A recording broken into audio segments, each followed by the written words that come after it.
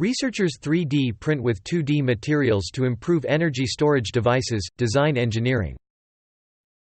Putting the PS4’s 100 million sales in context, AR's Technica. Borderlands 3 official Zane character trailer, IGN. Android Auto's new interface is rolling out again, MobileSyrup.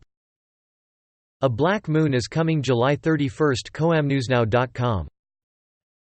Capital One hack snags data on 106 million people—including 6 million in Canada, CBC News. Samsung will launch the Galaxy Watch Active 2 and Tab S6 before the Note 10. The Verge. Air Canada says 737 MAX jets may not return to skies until next summer, The Globe and Mail. Obsidian's The Outer Worlds is coming to Nintendo Switch, and Gadget. Future Mercedes-AMG cars will be quieter due to European regulations, report the